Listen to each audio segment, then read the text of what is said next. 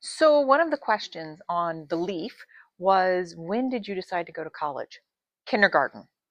I can remember before going to kindergarten, sitting on my aunt and uncle's couch, learning to read the newspaper. Yes, we had newspapers then.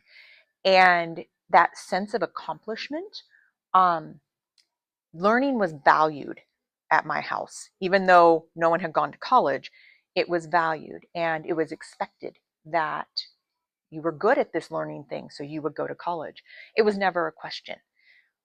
Then I got here at Goshen College. I'd done very well in high school and I knew how to play the school game. So I thought, oh, I've got this. Everyone else knew how to play the school game too, many better than me. And I felt extremely out of place. As a first gen, everyone was going to know. Everyone was going to figure out that I did not belong. So what set in? Imposter syndrome. Huge imposter syndrome, which is really common for us first gens.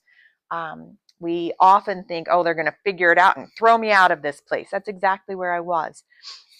One of the other questions was, who's your biggest cheerleader? It would be my family on the whole, but here at Goshen College, as I was in the midst of that imposter syndrome and thinking about leaving, um, knowing I didn't belong, knowing I would never measure up, Dr. John Fisher, who's no longer with us, came alongside and talked to me, stopped me before class. I was in a class with him and I wouldn't talk.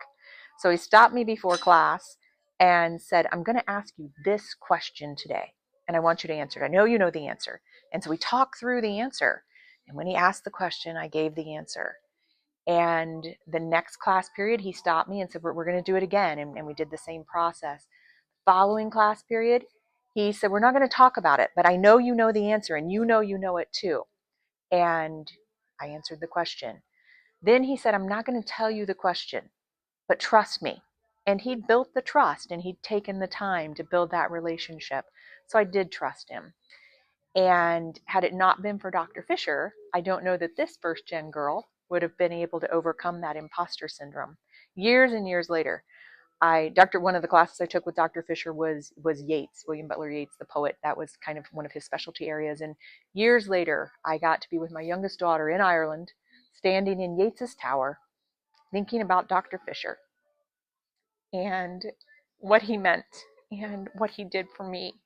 Um, when I got my PhD, where's my graduate? Yeah. When I got my PhD, Dr. Fisher was a part of that story, along with many, many other people who supported me as a proud first gen.